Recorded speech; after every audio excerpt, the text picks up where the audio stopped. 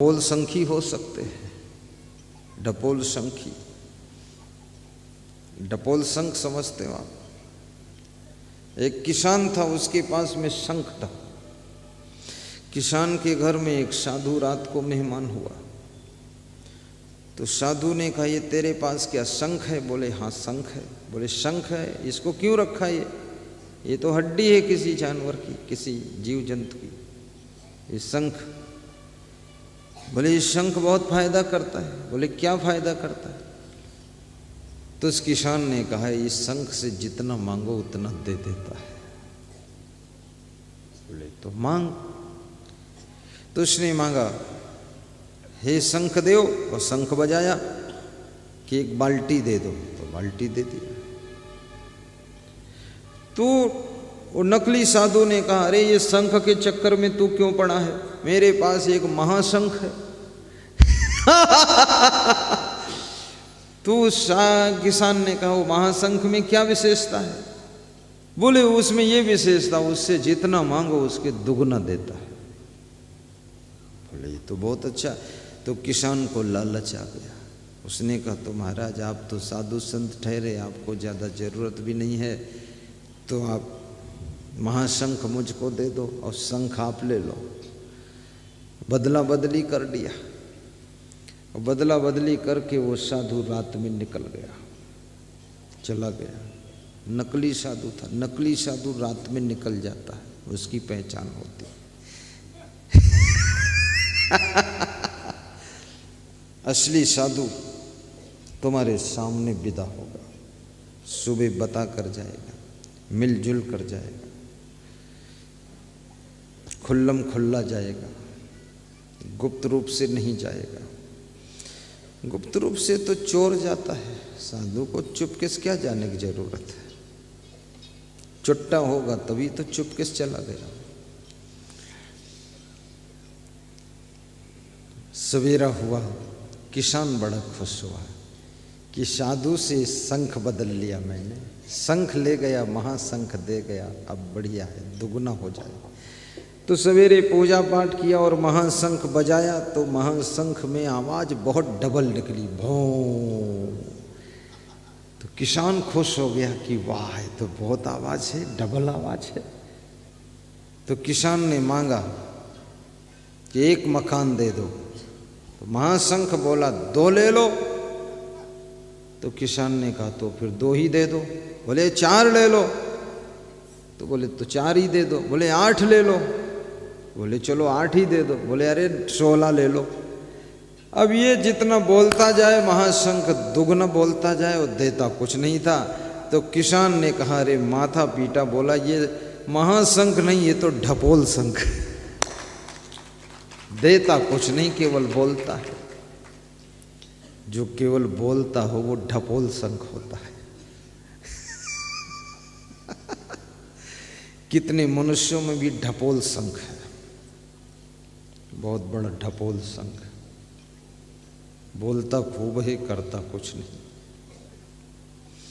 ये कर दूंगा, वो कर दूंगा, ऐसा कर दूंगा, वैसा कर दूंगा, पर करेगा कुछ नहीं। एक इंटरमीडिएट का प्रिंसिपल मुझको मिला, बोला सुख की चाबी मिल गई है। तो हमने कहा, तो चाबी लगाओगे कब? बोले अंत समय में लगाऊंगा।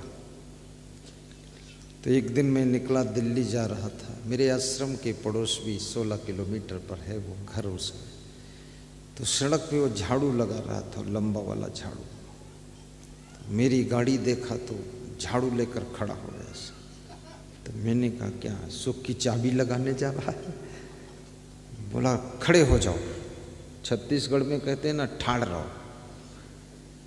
यूपी में बोल दे ठाड़ रहो तो मतलब मारपीट होने वाली, इसलिए कहते ठाड़ रहो, देखो आता हूँ मैं।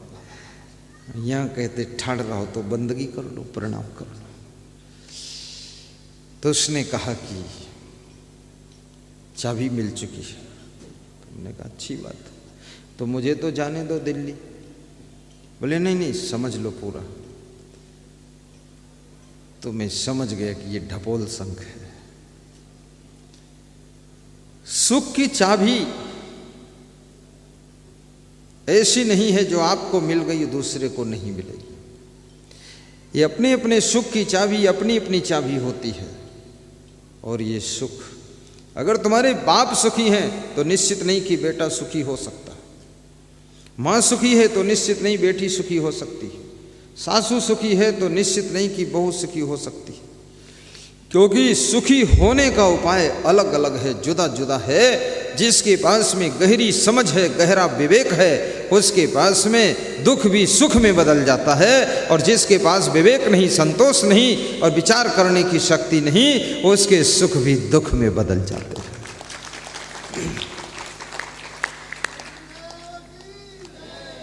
इसलिए एक ही घर में रहने वाले बहुत से लोग दुखी रहते हैं, बहुत से लोग सुखी रहते हैं। एक ही घटना है, समझ एक नहीं। किसान बहुत रोया धोया, पर वो नकली साधु शंख ले गया, ढपोल शंख दे गया।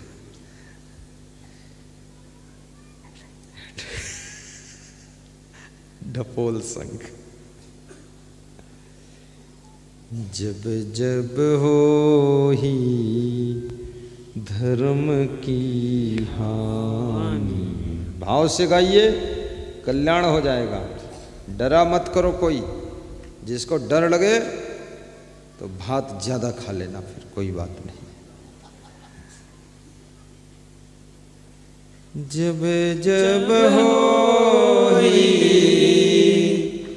धर्म की हानि, बढ़हि असुर अधम अभिमानी। धर्म कब नष्ट होता है? जब हमारे आप के अंदर आसुरी प्रवृत्तियां बढ़ना शुरू करती है। आसुरी प्रवृत्तियां क्या हैं? आसुरी प्रवृत्ति क्या है? आइए बता देता हूं। आसुरी प्रवृत्ति,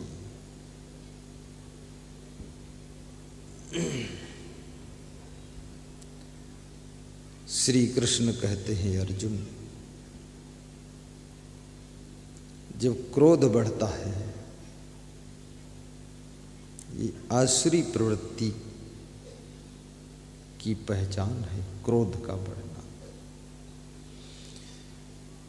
गाली का बकना आसुरी प्रवृत्ति है। कामम क्रोधम तथा लोभम, क्रोधा पारुष्यमेव च दंभो दर्पोभिमानश्च। जब तुम दंभाचरण करने लग जाओ, दर्प घमंड करने लग जाओ, अभिमान करने लग जाओ, क्रोध बहुत आने लग जाए, क्रोधा पारुष्यमेव च, बहुत कठोर बोलने जा, सबसे कड़वा बोलो, दंभो दर्पोभिमानश्च क्रोधा पारुष्यमेव च अज्ञानम च अभिजातस्य पार्थ संपदम आसुरी। अज्ञान के गर्भ से आसुरी संपदा का जन्म हो जाता है। जितना घोर अज्ञान होगा आपके पास में, उतना अधिक तुम्हारे अंदर आसुरी प्रवृत्तियां जन्म लेना शुरू कर देंगी। अज्ञानी बहुत क्रोध कर सकता है, सीमा से बाहर क्रोध कर सकता है। अज्ञानी जब क्रोध में आता है तो लिमिट तोड़ देता है, फिर तहस नहस हो जाए, नष्ट भ्रष्ट हो जाए, मिट जाए, खुद मिट जाए, तुम मिट जाओ, मर जाओ, कट जाओ, लेकिन उसका क्रोध रुकता नहीं।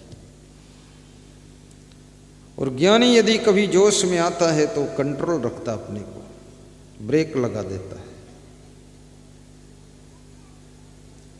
क्रोध आसुरी प्रवृत्ति है, अभिमान भी आसुरी प्रवृत्ति है।